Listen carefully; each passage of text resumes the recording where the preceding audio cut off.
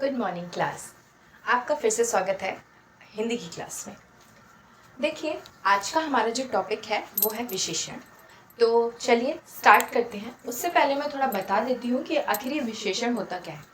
देखिए, संज्ञा और सर्वनाम आप पढ़ चुके हैं कि संज्ञा और सर्वनाम क्या होता है, ठीक है। आज हम विशेषण पढ़ने वाले हैं। देखिए, संज्ञा और सर्वनाम की विशेषता जो शब्द बताते हैं उन्हीं को हम विशेषण कहते हैं। अब आप सोच रहे होंगे कि ऐसे कौन से शब्द हैं, राइट।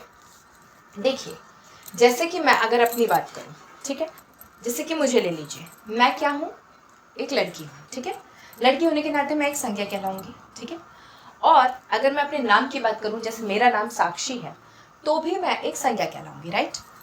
तो जैसे मैं एक संज्ञा हूं, अब मेरे बारे में बताने के लिए, यानी मेरी विशेषता बताने के लिए जिन शब्दों का प्रयोग किया जाएगा उन्हीं को विशेषण कहते हैं। जैसे मैं एक अच्छी लड़की हूँ, ठीक है, तो मेरे बारे में मैं एक लड़की हूँ ये तो पता ही है, साथ ही मैंने लड़की के आगे लगा दिया एक विशेषण शब्द जिसे हम अच्छी बोल रहे हैं, राइट। तो ये जो अच्छी मैंने लगाया है, ऐसे ही शब्दों को हम विशेषण कहते हैं। तो चलिए एक बार इसकी परिभाषा पढ़ते हैं। संज्ञा या सर्वनाम की विशेषता बताने वाले शब्द, जैसा कि मैंने आपको बताया, जो संज्ञा और सर्वनाम की विशेषता बताएं उन्हीं को हम विशेषण कहते हैं। संज्ञा का तो मैंने एग्जाम्पल दे दिया, एक सर्वनाम का एग्जाम्पल देती हूँ।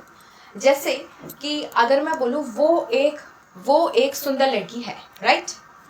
मैंने आपको एग्जाम्पल दिया, वो एक सुंदर लड़की है। अब यहाँ पे मैंने नाम नहीं यूज किया है, यहाँ पे मैंने सर्वनाम यूज किया है, क्योंकि जैसे कि मैंने वो लिखा तो वो एक सर्वनाम शब्द है, ठीक है। अगर मैं बोलती राधा एक सुंदर लड़की है तो वो हो जाता सर्वनाम, ना सॉरी, वो हो जाता संज्ञा, राइट। राधा तो संज्ञा हो गई, तो मैंने बोला वो एक सुंदर लड़की है, तो वो यहाँ पे सर्वनाम की विशेषता बता रहा है कि एक सुंदर लड़की कौन है, वो है, ठीक है। आपको मेरी बात समझ आ गई।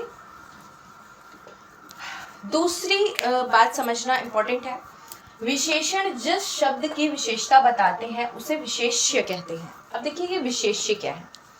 देखिए, मैं अपने बारे में बता रही थी कि मैं एक अच्छी लड़की हूँ, राइट। तो यहाँ पर मेरी विशेषता बताने के लिए मैंने अच्छा शब्द यूज किया, तो जो अच्छी शब्द है इसने मेरी विशेषता बताई, ठीक है। तो मेरी विशेषता बताई जा रही है यहाँ पे, इस वजह से विशेष्य मैं हूं। समझिए बात को। मैंने यहां लिखा था राधा एक सुंदर लड़की है, मान लीजिए, तो यहाँ पे जो राधा है ये विशेष्य है, ठीक है। राधा क्या हुई यहाँ पे, विशेष्य। आपको मैं एक और एग्जांपल देती हूँ, उससे आपको बहुत अच्छे से समझ आ जाएगा। यहाँ पे है विशेषण, विशेषण के शब्द लिखे हैं, और यहाँ पे विशेष्य यानी संज्ञा या फिर सर्वनाम भी हो सकते हैं।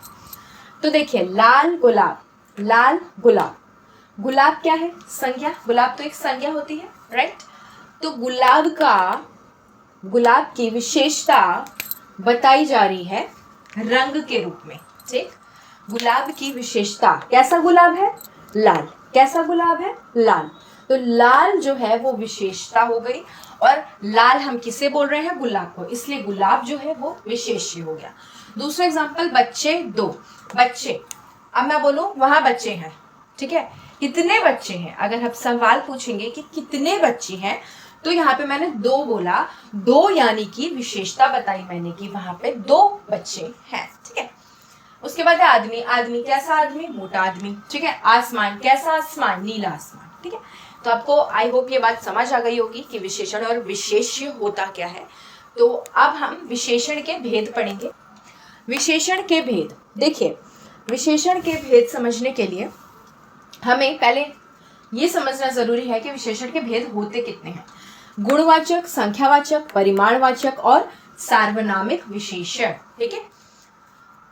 पहला हम गुणवाचक समझेंगे, जिनसे संज्ञा सर्वनाम के गुण, दोष, रंग या आकार आदि का बोध हो। समझ में आई बात आपको। गुणवाचक विशेषण हम उन्हें कहते हैं जिससे संज्ञा या सर्वनाम, ठीक है, कि गुण बताए जाए, दोष बताए जाए, वो अच्छा है बुरा है, ठीक है। रंग काला है गोरा है, नीला है पीला है, राइट। आकार मोटा है, ठीक है, पतला है, बड़ा है, छोटा है, उसकी उन शब्दों का बोध हो, उसी को हम गुणवाचक विशेषण कहते हैं। देखिए जैसे यहाँ पे गुण बताया गया है सच झूठ, ठीक है, वो एक सच्चा इंसान है, वो एक झूठा इंसान है, तो यहाँ पे इन शब्दों का प्रयोग होगा झूठा, ठीक है। और दोष के रूप में दुष्ट इंसान है, आलसी इंसान है, ठीक है। अब रंग काला है, नीला है, पीला है, सफेद है, हरा है, ठीक है, जामुनी है। और बात रही आकार की, तो आकार मतलब गोल है, मोटा है, चपटा है। धरती कैसी है? चपटी है, ठीक है। तो धरती की विशेषता हमने चपटी वर्ड यूज करके किया, तो यहाँ पे हम आकार बता रहे हैं उसका। आगे के भेद हम समझते हैं विशेषण के। संख्यावाचक क्या है? जो किसी संज्ञा की संख्या का बोध कराए। जैसे कोई संज्ञा है, मैं हूं, या फिर ये पेन है, एक संज्ञा, इसकी संख्या का बोध कराए, यानी ये 1 है या 2 है या 3 है या 10 है, इसका बोध कराए, इसका पता चले हमें, ठीक है। तो उसी को हम संख्यावाचक विशेषण कहते हैं। जैसे कि ये अभी 1 पता चल रहा है, ये 1 मार्कर है, और अगर मैं यहाँ पे 2 ले आऊं तो ये पता चल रहा है 2 मार्कर है, ठीक है। 2 भेद होते हैं इसके संख्यावाचक के, निश्चित संख्यावाचक और अनिश्चित संख्यावाचक। निश्चित संख्यावाचक जिससे निश्चित संख्या का बोध हो, यानी जैसे अभी आपको निश्चित हो रहा है कि ये 1 मार्कर है, आप श्योर है कि ये 1 मार्कर है, राइट। लेकिन जैसे कि 5 गाय, कोई बहुत सारी गाय खड़ी हैं, जिनमें से बहुत सारे जानवर खड़े हैं मान लीजिए, जिनमें से हम देख पा रहे हैं कि वहाँ पे सिर्फ 5 गाय हैं, ठीक है। तो इस वजह से हम श्योर हैं उस चीज़ को लेकर, यानी निश्चित है ये 5 गाय हैं, ठीक है। दूसरा एग्जाम्पल है 1 दर्जन केले। 1 दर्जन केले के अंदर आते हैं 12 केले, राइट। तो 1 दर्जन केले, तो हम यहाँ पर फिक्स हैं, उस अमाउंट को लेकर श्योर हैं कि इतने केले या इतनी गाय हैं, ठीक है।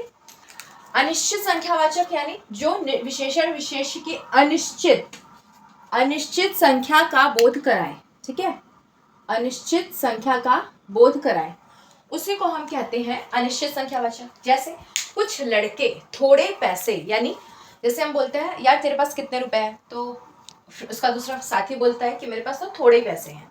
अब वो श्योर नहीं हो पा रहा है यहाँ पे कि उसके पास कितने पैसे हैं, ठीक है। और दूसरा है कुछ लड़के, जैसे कि बहुत सारे लड़के खड़े हैं और आप गिन नहीं पा रहे हो उसको कि कितने लड़के हैं, तो इसलिए आप उसमें कुछ वर्ड यूज करते हो, तो यहाँ पे होगा ये अनिश्चित संख्यावाचक, यानी आप श्योर नहीं हो, ठीक है। जैसे कि यहाँ पे अभी तो आप देख पा रहे हो कि 2 मार्कर हैं, पर अगर मेरे हाथ में बहुत सारे से झुंड होते मार्कर के, तो आप नहीं पता कर पाते कि यहाँ पे कितने मार्कर हैं। तो जब हम श्योर नहीं होते हैं चीज़ों के लिए कि कितने होंगे, तो हम कुछ थोड़े ऐसे शब्दों का प्रयोग करते हैं।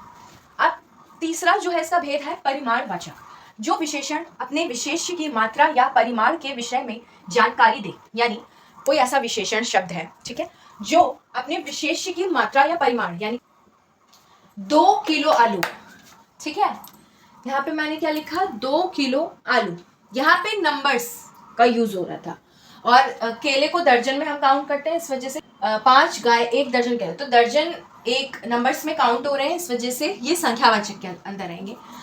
परिमाणवाचक के अंदर आएंगे जब हम किलो, ठीक है, लीटर, इन सब का प्रयोग करेंगे। तो 2 किलो आलू, या फिर बहुत गर्मी, कहते हैं ना बहुत गर्मी है, बहुत ठंड है, तो कितनी गर्मी कितने ठंड है। अब देखिए 2 किलो आलू और बहुत गर्मी, ठीक है, 2 एग्जाम्पल हो गए इसके। अब इसमें भी निश्चित परिमाणवाचक और अनिश्चित परिमाणवाचक है, ठीक है। तो निश्चित परिमाणवाचक जिन शब्दों में से माफी चाहूंगी, जिन शब्दों में से किसी निश्चित मात्रा का बोध हो, यानी किसी निश्चित अमाउंट का पता लगे, उसको हम निश्चित परिमाणवाचक कहेंगे। जैसे 4 किलो आटा, आटा कितना किलो है, 4 किलो, आप निश्चित हो उस चीज को लेकर। उसके बाद है 10 मीटर कपड़ा, ठीक है, 10 मीटर कपड़ा, यानी कि आप श्योर हो उस चीज को लेकर कि ये कपड़ा है जो वो 10 मीटर का है। अनिश्चित परिमाणवाचक जिन शब्दों में से वस्तु की निश्चित मात्रा का बोध ना हो, ठीक है, जैसे थोड़ा सा दूध लेकर आओ, वाक्य है थोड़ा सा दूध लेकर आओ।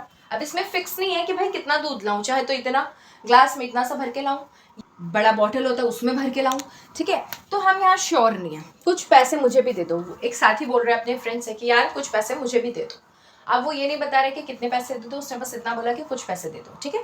यानी वो श्योर नहीं है कितना मांग रहा है और वो देने वाला श्योर नहीं है कि कितना दे उसे, ठीक है। अब देखिए, आप सोच रहे होंगे कि संख्यावाचक परिमाणवाचक ये ज्यादा अंतर का है। देखिए, मैं बात समझ रही हूँ आपकी। संख्यावाचक में ज्यादातर संख्याओं का हम यूज करते हैं, ठीक है, कि 5 गाय, 10 पेन, ठीक है, 18 दिन, ऐसे शब्दों का जो संख्या हमें दर्शाए, ठीक है, नंबर्स। और इसमें ज्यादातर हम मीटर, किलो, लीटर ऐसे अमाउंट का प्रयोग करते हैं जो परिमाण यानी नापा तोला जाता है, ठीक है। ये अंतर होता है इन दोनों के बीच। अब एक और इसका भेद बचा है।